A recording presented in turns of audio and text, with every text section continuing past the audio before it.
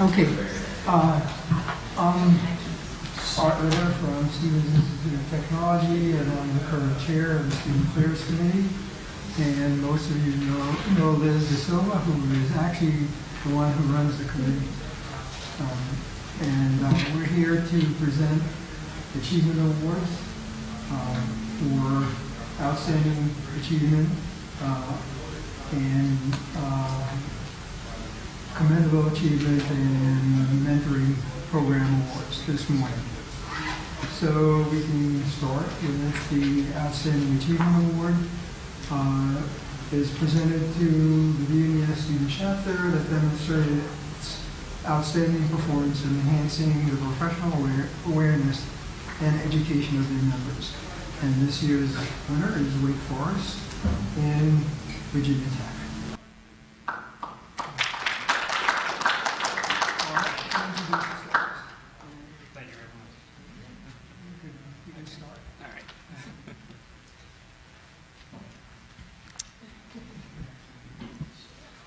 Good morning. Thank you for that introduction, Dr. Ritter. As he said, we're Virginia Tech Wake Forest student chapter, and we're excited to present. Thanks, everyone, coming out first thing. I'm Brad Hubbard. I'm this Harley is Warner. Harley Warner. A little bit about what drives our chapter. We are a joint chapter between Virginia Tech and Wake Forest. If you know a little bit about Virginia, North Carolina geography, we are a separate chapter, so that does have some logistical challenge that goes into it, but we're going to explain how we overcome that throughout this presentation. But basically, this organization is our way of bringing our two student chapters together. We really like to foster that bond between campuses and also between undergraduate and our graduate chapters. So ways that we do that are by helping our community. We do some K through 12 learning and just bringing our students together. Here is our leadership committee. I am the president at Wake Forest, and Brad is the president at Virginia Tech. We have your normal leadership roles, vice presidents, secretaries, and treasurers. Our chapter advisors are Dr. Ashley Weaver and Dr. Scott Burbridge, and they oversee the chapters and really help us get the ball rolling when we have different events to put on. So I was just going to talk about a few of our, the purpose of our chapter, what we really strive to help. In my view, there's really three different bullet points. One obviously being biomedical engineering as a whole. Of course, all student chapters are involved in the annual meeting. We're here right now, and we have a lot of students, and we'll talk about that in the next slide, that present posters and presentations, really, trying to get across what research is going on at both campuses, as well as trying to collaborate, open to collaborations by just talking with students as well as professors from other universities. We also do an annual student symposium that is put on at our two institutions, and we alternate between the two. We'll go into that more. So those are really the two big biomedical engineering events that we're involved in every year. And as I guess this is sort of like a future direction, but we really want to maybe be involved in the regional meetings, upcoming as well. And then we really strive to reach out to our community as well, because we feel like getting our chapter's name out there, biomedical engineering, some people don't know what all is involved in that, terminology. So being able to help out, get our name out there, and really show people, what we're about, and that we're really about, helping everyone through service events in our community. It is also educational outreach for K through 12 learning. We do summer camps, and we'll talk about that as well. And then finally, supporting our students, our undergrads and graduate students, doing mentoring programs at our campuses, as well as fundraising to help support travel, as well as awards, and then also social events to really spark interaction between students.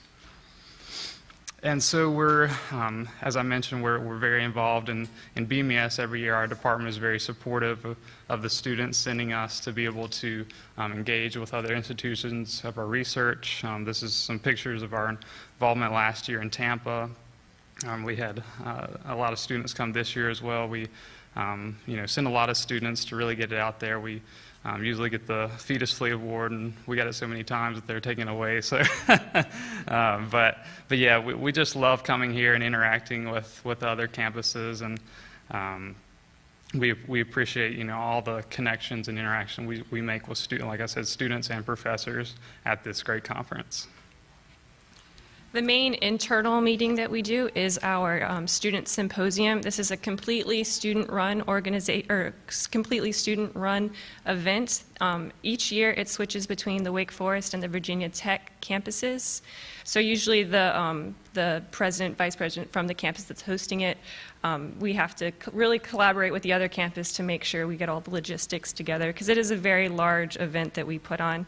Every student presents a poster unless you're about to graduate, and then you have an oral presentation. So there's a lot of scheduling that goes into that and making sure everything runs smoothly, especially if we don't see each other for a couple weeks in person. Last year we had 90 student presentations, including 71 posters and or about 20 oral presentations, and we had about 150 attendees. So this is students, professors, as well as industry professionals from around the area. So we have sponsors that come to this meeting. Our main sponsor last year was Ethicon, but also Altair, Wake Forest Innovations, Cook Medical, Medtronic, and BMES. These people have a booth that come and they talk to us and do interviews. So it's a really good way for us to get our name out there, as well as hopefully place us into jobs after we graduate. We also do student awards, so this is top 5 posters, and we do first, second, and third place master's and PhD oral presentations. And I'll sort of talk about a few things. So we really try to lay it out like a normal conference. We have oral sessions during the day as well as a poster session around lunch. And that way we can, and we've tried to really make it where everything is spread out, where people aren't going to just what their research is. They can actually see other aspects of research. So if you're in biomechanics, you can see cancer biology or nanotherapeutics. And so it's a way to really get interaction within our 2 institutions. And we really can't say enough about our sponsors and what they do to help us. This past year we were able to increase the awards that we give out, so we want to really award the great work that our students do. So we were able to give out many poster awards and oral awards that were voted on, and our sponsors really helped to do that. And in the past few symposiums we've done, the sponsors have asked to interview our students because they really want to be engaged, and it's just a great interaction between the students and the sponsors, and we appreciate that a lot. So now we'd like to transition to talking about the community outreach that we do and how that helps our chapter, but also we can give back to the community. The first thing that we actually started in 2015, 2016 was involvement in summer camps at Virginia Tech. So these are Virginia Tech camps that involve all the different departments in science and engineering. You have CTech Squared and Imagination Camp. Our student chapter volunteered to do demos where we extracted DNA from strawberries, but we could also talk about how this plays a role in the individual individual research that we do at Virginia Tech. So that was a great involvement, and we're going to continue that each summer as we go forward, because that gives our students something to be involved with in the summer when it's no classes and everything, but it also helps us give back as well. Are we able to take questions during the sessions? Is that fine? Sure. What age group do you bring to these summer camps? So these summer camps are put on by the Virginia Tech itself, and I think CTech Squared is mainly high school girls from 15 to 18. Then Imagination Camp is a little younger, so they're middle school age. So, we're able to gear our demos to, the age groups that we're talking to, and a lot of them really are interested in it because they get to do hands-on. We go through, do hands-on demos with them, and, you learn better doing hands-on anyway. So, so that's the age groups that we target. So different age groups for both of those camps. It's a good question. Is it a single day event or? So that's a good question. So these events they normally bring in different groups for different weeks. So it's not a single day a week. I think both of these camps are multiple weeks, but the way they do it is they have, maybe 5 or more different groups of students, and they cycle them through the different demos. So we're actually, we do these demos for, 3 to 5 times per camp, but we see new students each time we do it. So yeah, that's a good question as well. And then, in addition to summer camps that we did, we also do, we're involvement in what's called Kids Tech University. So this is an event that occurs on Saturdays in the spring semester. So Virginia Tech has this, and they bring in kids from the whole region of Southwest Virginia, and they have different focuses of each event. So they have, maybe more engineering for one event, maybe biology. One of the ones they had this past year was emphasis on 3D printing. So I was like, yeah, let's get that one because we can really relate to that. So we bring multiple demos to this. They have the kids, they have a speaker to start off with, but then they have afternoon demos where they send them through. It's like the exhibition hall out there where you have the different departments. The kids can come up, and one of ours is our student chapter booth. So you can see the top right corner where we have a corner booth, and we had the strawberry DNA extraction, but we also had our helmet stuff where we were talking about injury prevention. And then we also had a demo on 3D printing this year since that was the emphasis. So we try to gear it towards what's the overall purpose of the event of that day. So we really enjoy doing that. The age group for that one is actually younger, so I think it's maybe 1st or 2nd grade to 5th or 6th grade. So that's a younger set of kids. So they really like seeing being able to pick up a helmet and seeing how it works, and they really like hands-on stuff.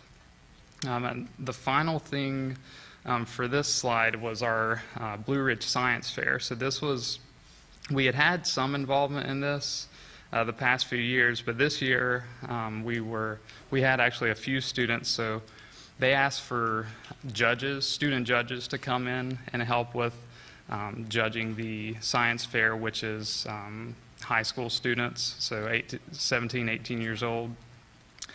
And this year we're like, well, we were involved quite a bit, so let's sponsor our chapter biomedical engineering award for these students. Let's have our judges go in there and judge for our own award.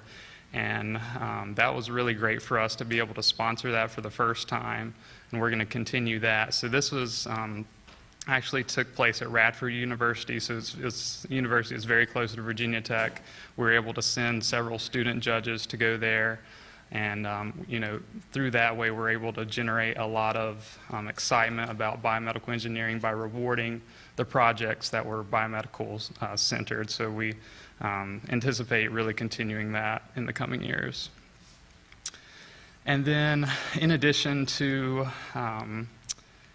our educational outreach and service, we have more community outreach where we get out and really help the community. The big event is an event at Virginia Tech where we have different size groups that go out and help an elderly person with yard work or something. So this is another thing that is Virginia Tech oriented, but we're able to bring our group in and go help our community. So you can see a few of our pictures where we're out doing yard work and mulching, and it actually snowed that day. It was like in April or something, and it snowed, so so we're bundled up, but that was a really fun event. Another event we did this year for the first time was Heart Chase. So this was a new event that was proposed to our group, and it definitely fits into our purpose. So this was it's similar to Relay for Life, but It's directed towards fundraising for the American Heart Association, so our involvement with that is going to expand and continue in the coming years. We also have a team for Relay for Life, as well as we did a Thanksgiving food drive in the fall. So, oh yeah, mentorship program. So this is, I just want to, I know we have another mentorship directed talk later, but I just wanted to really hit briefly our mentorship program and what we do for that. So this is a program where we actually, we have, since we have both graduate student chapter and undergraduate student chapters, we have graduate students being mentors for the undergrads. So this is a great way for undergrads if they have questions about classes, but as well as applying to graduate school, or, we have some graduate students who had industry experience, so they can ask them, if I'm looking at industry jobs. And so we start out the year by getting everybody who's interested in both sides, and we bring everybody together for a pizza social that we can talk, and we actually rotate people around so undergrads can interact with graduate students, and you can really get a feel for, I like what this graduate student, the research they're doing or the experience they have. I want to be paired up with them, or I want to be in contact with them for this coming year. So the rotation is something we started either this past year or the year before, but that was really helpful in that the undergrads had some say in who they were paired with for the year. And the pairing for the year is something where, they can exchange emails, they can meet, and they can talk about, classes or any questions that the undergraduates have. And so it's also rewarding on the graduate side, because I did it multiple years, and I ended up, the first mentor partnership that I have, she ended up joining our lab, being a research, and she's still helping me to today. So the interactions that we have are really great for that. And like I said, we meet on an individual basis after the initial group mentorship. And we also do social events with everybody throughout the year, so we can have group interaction as well. And so we also plan to expand on both campuses. So right now, Virginia Tech has a very vibrant undergrad program, but we just have a minor. So we're extending to an undergrad biomedical major in the coming year. So that's going to really expand the interaction and the mentorship with that.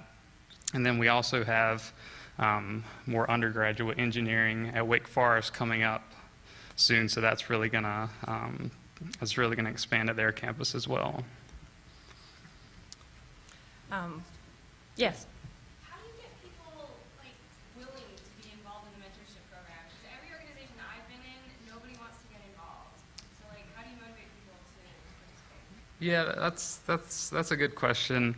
I think that, so we don't have a ton of events where we're like, this is one of our main, at least for this past year, this was one of our main social events. So marketing as a social event, but also just being able to spread the word in our department was helpful for us to get, and our graduate students are close-knit. We have a lot of cross interaction between the labs, so if we know that a couple people are going, then everybody wants to go and help out.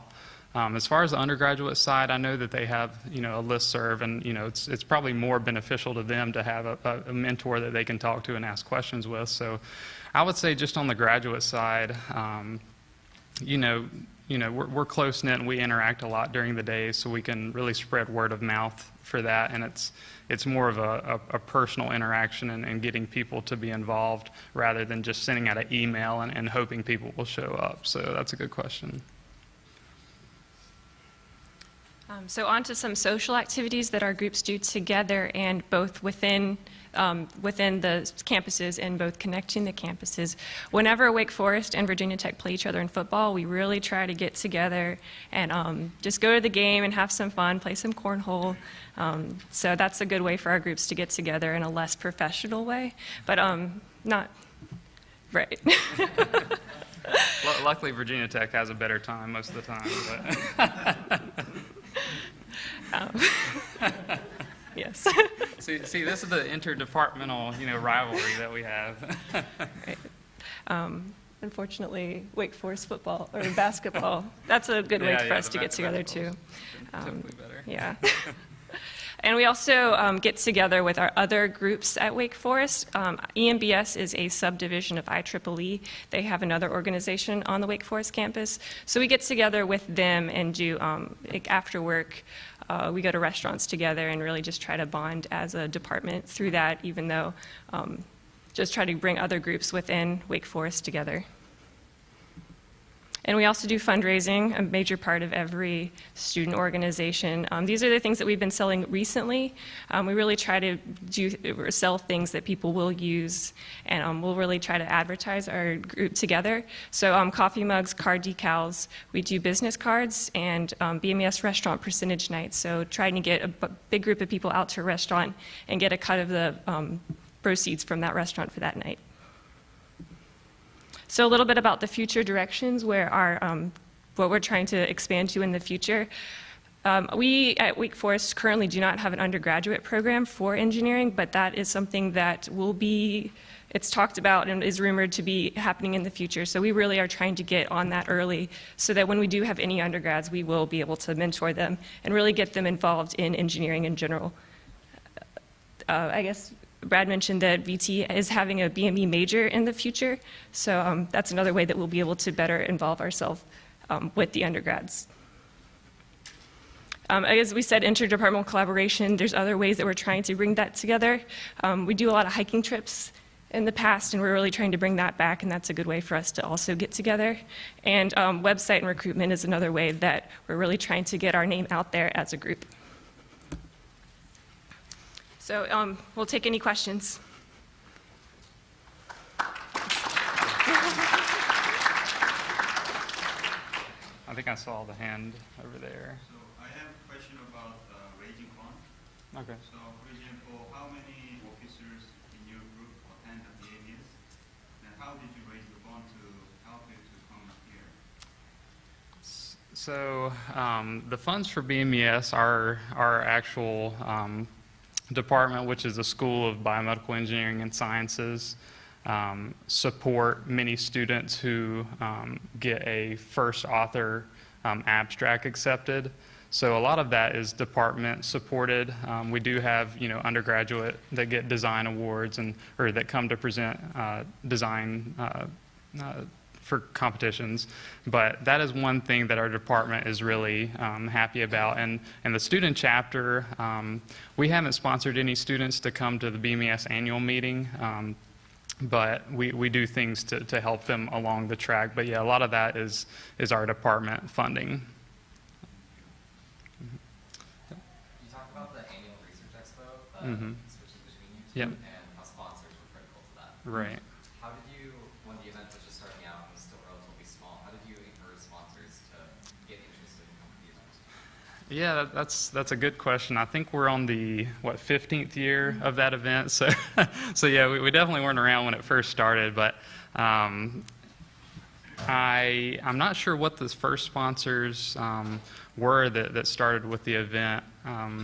I would say that a lot of that comes from our chapter advisors and the connections they have in industry. So I'm sure that's how the students nowadays try to keep up with the sponsors, try to talk to them, but a lot of that is directed by the chapter advisors, so the professors that we have that have the connections that can interact with. So that's a good question. Also alumni. So people, when they graduate, talk to their company and say, hey, there's a really good group of students down at Wake Forest, Virginia Tech. We should go send a couple people and really tell them about our company. So I guess just word of mouth from alumni really helps with that too. Is there like a big event that you guys are known for in your university? One that like everybody knows, oh yeah, that's the BMES event. Yeah. I would say it's our student symposium. That's pretty open and I guess the most well-advertised event that our department holds. So. Yeah, that's really the one event that we pour a lot of effort and time to, since it is student organized and student run.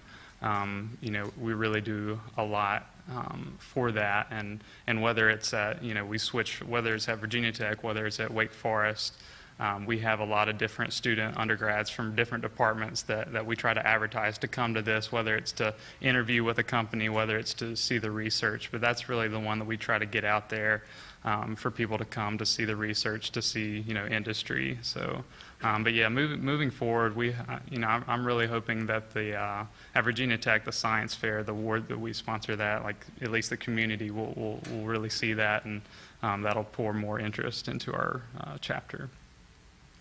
Mm-hmm. How do you encourage students to become BMES national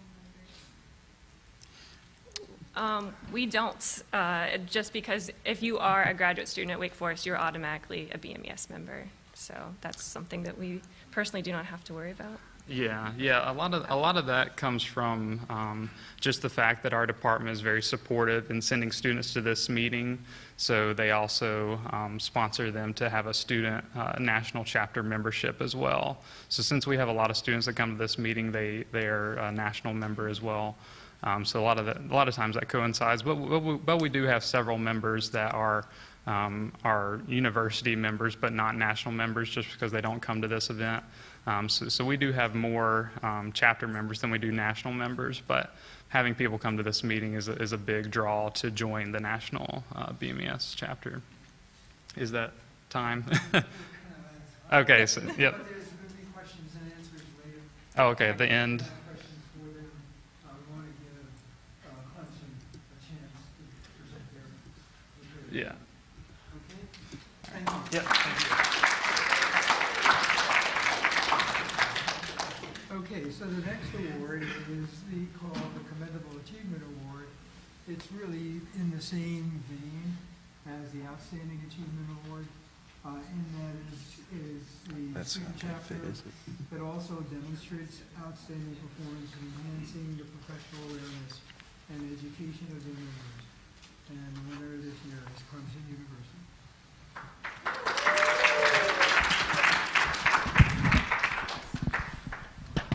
Good morning, everyone. Thank you very much for coming. I know it's really early and there's some confusion about the room, but I'm excited to see you all here. My name is Alex Bina. I'm the current president of the Clemson Bioengineering Society. At Clemson, our big focus in our department is to educate leaders, thinkers, and entrepreneurs. And it's those three concepts that really are well integrated in the goals of our student organizations. Now, I'm going to talk about a little bit about how we're structured as an organization, then go into some of the functions that we perform at our university and our department, and then talk about some of the struggles. And I'm really interested in hearing some of your struggles, and so we can kind of trade best practices together. So first things first, I represent the Clemson Bioengineering Society. That's the graduate organization at our university, but there's also an undergraduate organization as well, both registered at Clemson, so both have access to funding through two different channels there, but they're set up very similarly.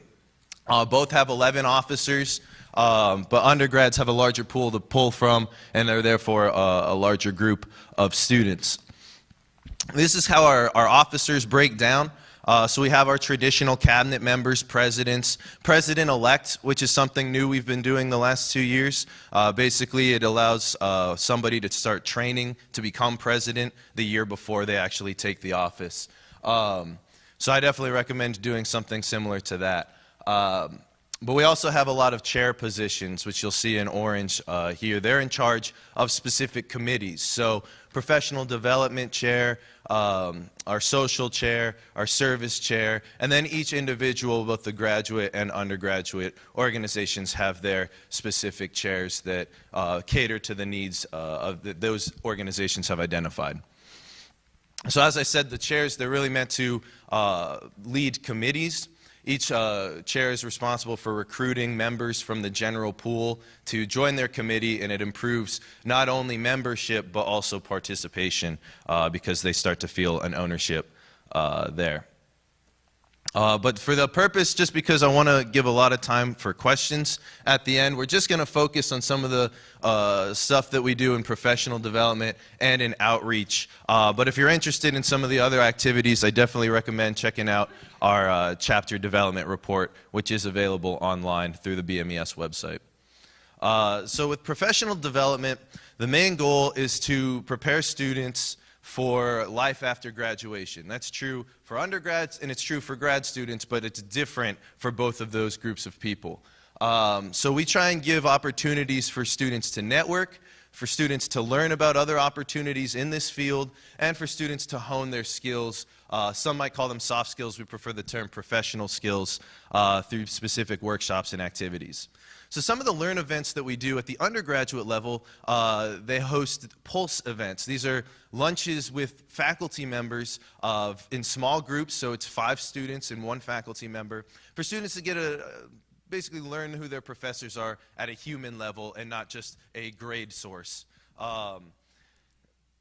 There's also, undergraduates host a career panel once a year that brings in representatives not only from industries like you see here, but also professors of academia, those coming in from the Greenville Health System, which represents the clinical side of things, as well as grad students to give them an idea of what graduate school can look like.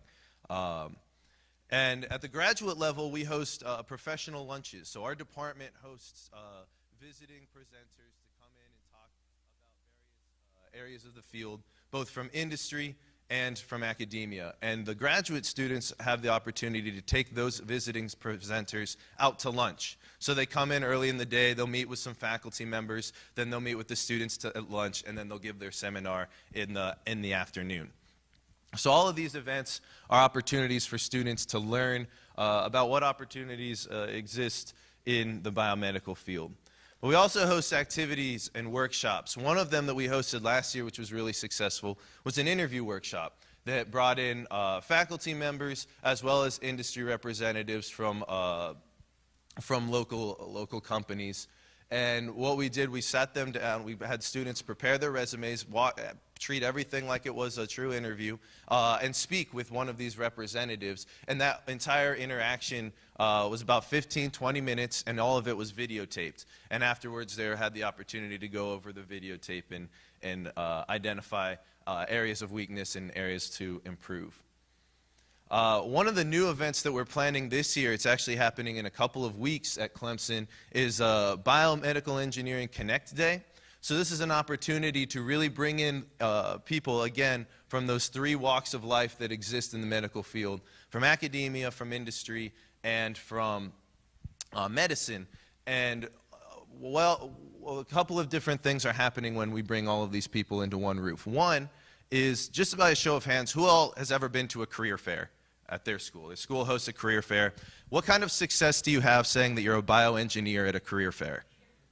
Yeah, I see some knowing nods. It's not a lot of success if it's anything like my experience. So we're hosting our very own bioengineering career fair as a part of this Connect Day, as well as hosting an activity specifically meant to showcase the problems that exist in academia, in industry, and in medicine, so that we can communicate and understand the perspectives that each person brings to the table so we can better improve the state of the medical field.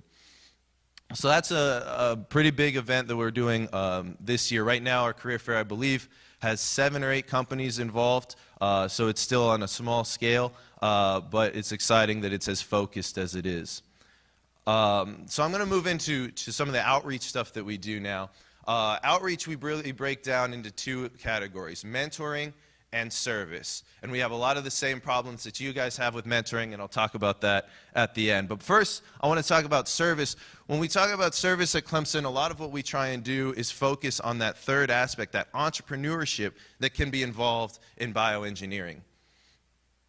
So one of the events that we did last year, we had the opportunity to partner with a local elementary school who was having an innovation and entrepreneurship unit in their 4th grade classroom. So we went into a 4th grade class. There were about 12 graduate students that came in and listened to 4th graders present their inventions. They had been working on it for 2 weeks. We saw things like something there you could hold all of your baseball equipment in an organized way, something that could organize trash and recycling in a specific way. It was really exciting to see the enthusiasm that students had. And we got to come in and talk about our experiences on entrepreneurship, filing patents, and a little bit more technical things of that nature. And what's really exciting about this opportunity or this event is that it was so successful at this classroom level that the elementary school is actually trying to expand it. And so we're working with the entire College of Engineering to bring in 30 graduate students to talk to the entire 4th grade class at this elementary school in a similar program. Another thing that we've done, and we have a table downstairs describing this project in a box, but we've been able to take the concept of design and try and synthesize it into a very specific activity that occurs very quickly. So the first thing that we'll do is we'll have a huge cart full of different supplies, popsicle sticks, pom-poms, paper clips. And we ask students, we've done this with 2nd graders, we've done it with high school students, we've even done it with faculty, and we have them just grab some stuff without knowing what to do with it. Grab 3 things. So they grab 3 things and they'll bring it back. And then we ask them the question, and if we're doing it for the biomedical field, what is your biggest problem with medicine? Now, a 2nd grader is going to have a very different perspective than a faculty member, but everyone's going to have some kind of problem. So they'll write that down. It's like, okay, great, we've got a problem, we've got some resources, build your solution. And then everyone looks at them and is like, how am I supposed to do that? Well, then we start saying, okay, well, maybe you don't have the resources necessary. So it's time to start networking, start seeing who else shares your motivation, who shares the problems that you have. And it gets people talking, and it gets them to realize that they can pool their resources if they identify those that share similar problems. So we try and promote networking and collaboration through this type of event. And then eventually they'll build about 3 or 4 teams, and they'll start building something, and they can create some really cool stuff. Which is always exciting to see. One of the ways that we've used this activity is in our engineering expo at Clemson, which brings in 200 2nd graders into a big auditorium. And this was the activity we did with them, and that's what you see in this picture here. We also, so this is moving into mentoring, but one thing I failed to mention, what you'll see here in the corner is the partners that we have for each of these activities. We found that it's really important for us to partner with existing organizations on campus because what we know, what we provide is content. What we fail at or not very good at is recruitment and marketing, because if we were good at it, we would be majoring in it.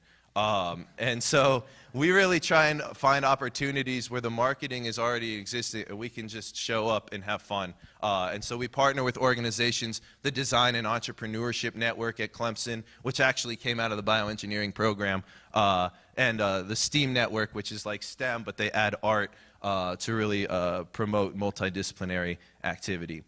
Moving into mentoring, most of what our mentoring is at the research level. So Clemson has a really awesome program called Creative Inquiry, which really provides not only funding but other resources and collaborative efforts for undergraduate-led research. So undergraduates lead their own research projects and have the opportunity to present them. Several of those undergraduate research projects are presented here at this conference this weekend.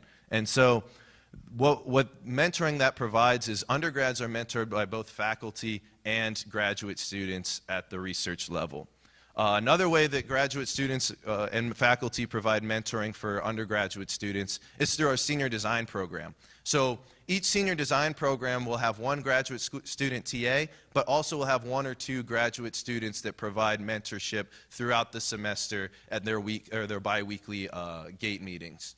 And the reason that we've really focused on research-specific mentoring is because we've really struggled to get graduate students and undergraduate students working together through a mentorship program. One of the things that we've tried to do, or what we did early on, was to say, okay, you want to mentor someone and you want to get mentored, let's put everyone in a room and see what happens. And what ended up happening, I'm sorry, I'm getting ahead of myself. One of the things I think is important to identify is the differences between undergrads and graduate students that create some of these problems. And they are as different as night and day. So meeting times become difficult because graduate students don't want to stay after 5 because they stay in lab long enough. They're not interested in staying on campus that late. One of the other differences is the priorities. For undergraduates, their biggest priority is classwork. For graduates, that's research. Their age differential is also a pretty big difference. But what's interesting is there are some common needs. So there is ways to find common ground that we've tried. And so one of the ways that we tried to do that, like I said, was just get everyone under the same roof and see what happens. And it was about as chaotic as the structure of a protein. Like, it's really difficult to identify what role both an undergrad and a graduate person should take on. And some of the ways we've tried tackling that is providing surveys available for students interested to see what their backgrounds are, what experiences they have, and what goals they have. But even with trying to target specific mentoring partnerships, what problem that we had was participation in those surveys. And so what we identified from there, what we do moving forward, is really just try and partner with existing organizations that already provide the interested people and just allow us to provide the expertise or the content. So main takeaways from what Clemson has done that I hope someone can learn from or include in their own chapter. Important to not only focus on industry connections, but also those from academia and from medicine to provide kind of those three career paths to both undergraduates and graduate students. And then it's important to identify existing infrastructures on your campus that you can partner with and promote bioengineering through. One last kind of final piece of advice is to focus on the content, not necessarily the attendance. So I know sometimes it can be really frustrating to put all of this work in to an event that no one shows up to. But more likely than not, someone does show up, even if it's one or two people, and you can have a lasting impact on those one or two people if you provide the right content. So last piece of advice, if your school provides inner tube water polo, you should definitely be involved. But I'd like to answer any questions.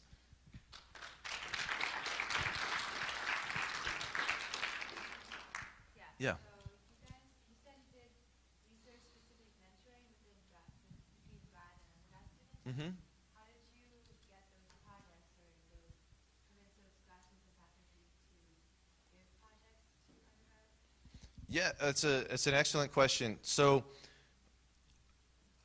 the answer is it varies. So I can talk about my personal perspective, and I can probably call on, or you can talk to Dr. Dean, who's from Clemson. She runs a lot of our creative inquiry projects, or at least faculty advises them. But for me, when I put a creative inquiry together, it was a side project not really related to my PhD research that I was interested in, but wasn't able to put a lot of time into. And so I offered the opportunity up to undergraduates. I interviewed, I think, about 40 candidates and narrowed it down to 10, and away we went. So it can come naturally, just like any research project. Sometimes students can identify one in their dorm room, and they can find a faculty member to advise them and go from there. But it's very open-ended.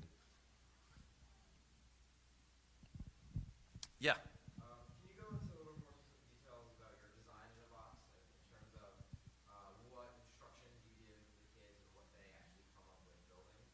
Sure. So we like, one of the ways I like to keep, one of the motivations for that project is to keep it free form. And the reason is because I think it's important for students, even at an early age, to start identifying or feeling confident that they can tackle their own problems, that they can see obstacles and kind of take it on themselves. So when I went through it, those are basically the directions that we give. As the activity goes on, we'll jump from group to group to see how they're progressing. Most of the time, what they end up building is just a visualization of the problem rather than necessarily a solution, which is fine because it shows how prototypes can be used to communicate different information realistically rather than verbally. So that's, I mean, like I said, we pretty much just say, find your problem, find others that share that problem, see what kind of solution you can get to. Sometimes we'll try and lead them down a direction by just giving them the opportunity to continue to ask why. Why is it a problem? Why does it affect you and not this person? And that kind of gives them an opportunity to identify a stronger solution. Yeah. Could you talk a little bit about how you recruited companies for your bioengineering career fair? Yeah, so what we were able to do was really leverage our network, and this came out of our professional development committee, and more information than I'm able to give is going to be from our professional development chair, Megan. Megan, raise your hand.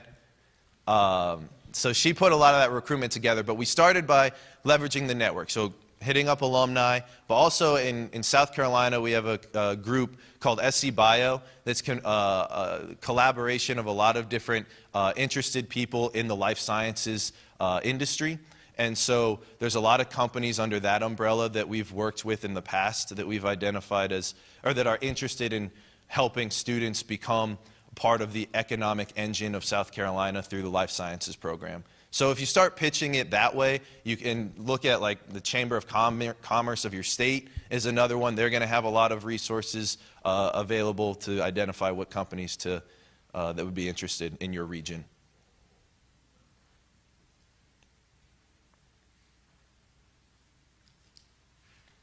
Anyone else? Yeah. Do you have any advice for a chapter that's getting started? So I guess I would be very clear in what your goals are and communicate those very clearly to everyone involved because it can be very overwhelming to try and do everything.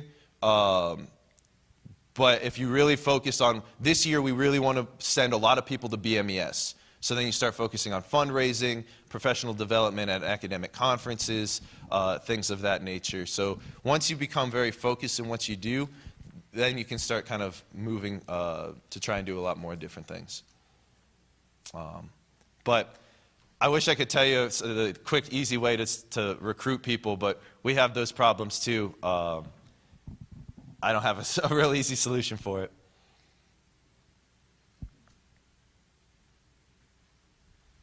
All right.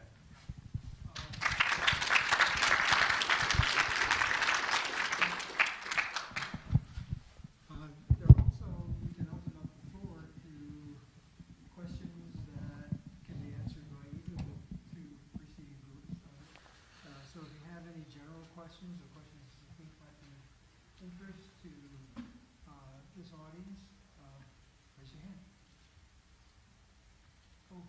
I'm wondering just for both chapters what your relationship is with your biomedical engineering department. Like how often do you meet with your advisor or the people from the department, and how many of your event ideas stem from the department itself versus your board?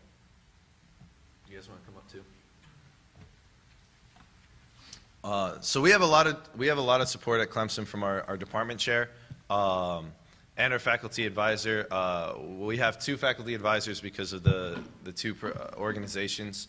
As far as how often do we meet, not as frequently as we probably should, but the support that we get is mostly, hey, we want to do this, who should we talk to, and we want to do this, how much money can we get? And we usually can negotiate from there.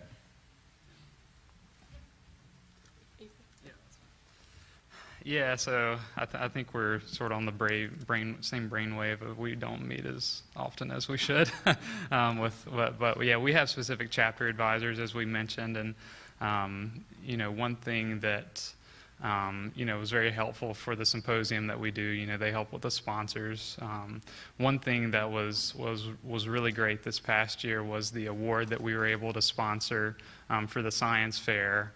I was able to get our chapter advisor in on that, and he helped us a lot with getting that in the works, since I was new creating a new award, and based on specific regulations. That was one thing that was very helpful. But yeah, as far as interaction, we're hoping to include more, because I think that as far as networking with different jobs, having connections at different universities for our graduate students who want to go into academia or industry, I think that's one big thing that we can work with professors on in the future, to get on the same page of where can we send our students, where can we get jobs for our students. That's a good question. I don't know. Go for it. I saw the hand first. Yeah. It's a follow-up. So like what do you do when faculty don't want to support you? Go above their head. Really? Yeah, keep going high. So find industry partners. So go to your alumni network and identify people, like say, hey, this is what we're trying to do, this is the value it can bring to this company, and find how you can make it valuable for someone else. Somebody will listen. Or support yourself, you know, if you have fundraisers and you have money and you really want to do something, and, you know, just support yourself, and, you know, good can come of it, you know, it can be a karma sort of thing, so, yeah. Just wondering if you guys can talk a bit more about how you go about fundraising or getting money for the different events that you guys do, because it seems like you do a lot of outreach events, a lot of social events, but how do you go about raising money to meet the expense of those events, because they do get expensive, and if you have grants on campus, other organizations like engineering organizations that support all the various smaller organizations in departments, how do you go about applying for those grants? So we had one slide we were talking about fundraisers. So, you know, for our student chapter, you know, every year, maybe every couple years, we try to, you know, talk to our students, talk to people in other departments, you know, what do you want to buy? You know, coffee mugs. You know, graduate students run on coffee. So they're like, yeah, we'll buy a coffee mug. So we did that one year as part of fundraising, you know, from our chapter itself to raise money. But, you know, that's a lot of money that you're throwing in at once, and you're just hoping that you can sell all your inventory. So it's tricky. You have to really market it. And one thing that we've thought about in our group is doing like portfolio pads that everybody can buy when they come in, but that's a huge investment initially, because you're buying, you know, 50, you know, a lot of portfolio pads. But, you know, if that's something that you can, you know, something like that you're going to get a constant revenue in every year, that would be something that's really good. As far as student organizations, getting funding from like your university student organization funding thing, that's something that we have not done in the past, but we should be doing, because that's just a pot of money that's meant for student organizations. I can speak to that, because we do that a lot. Okay, yeah, go for it. So our graduate school has funding available for organizations, and our undergraduates have funding available for different organizations. So there's a university fund that part of tuition pays for, that students have access to. You just have to apply. So if you're a grad student, find an undergrad that knows how your university works, because you probably don't if you're anything like me, and they can kind of identify some different channels there. But we also look for weird fundraising opportunities. We open our building during football weekends to watch the halls so they can use the bathrooms, and we get a lot of money for doing that. So there's always just kind of weird stuff going on universities that if you keep your ear to the ground, you can find funding resources that way. And we sell lab coats, which I recommend. Oh, yeah, that's a good one. Yeah. I have a question regarding your mentor-mentee programs. Is it often the case where you have more graduate mentors, or actually the other way around, more undergraduate mentees than mentors?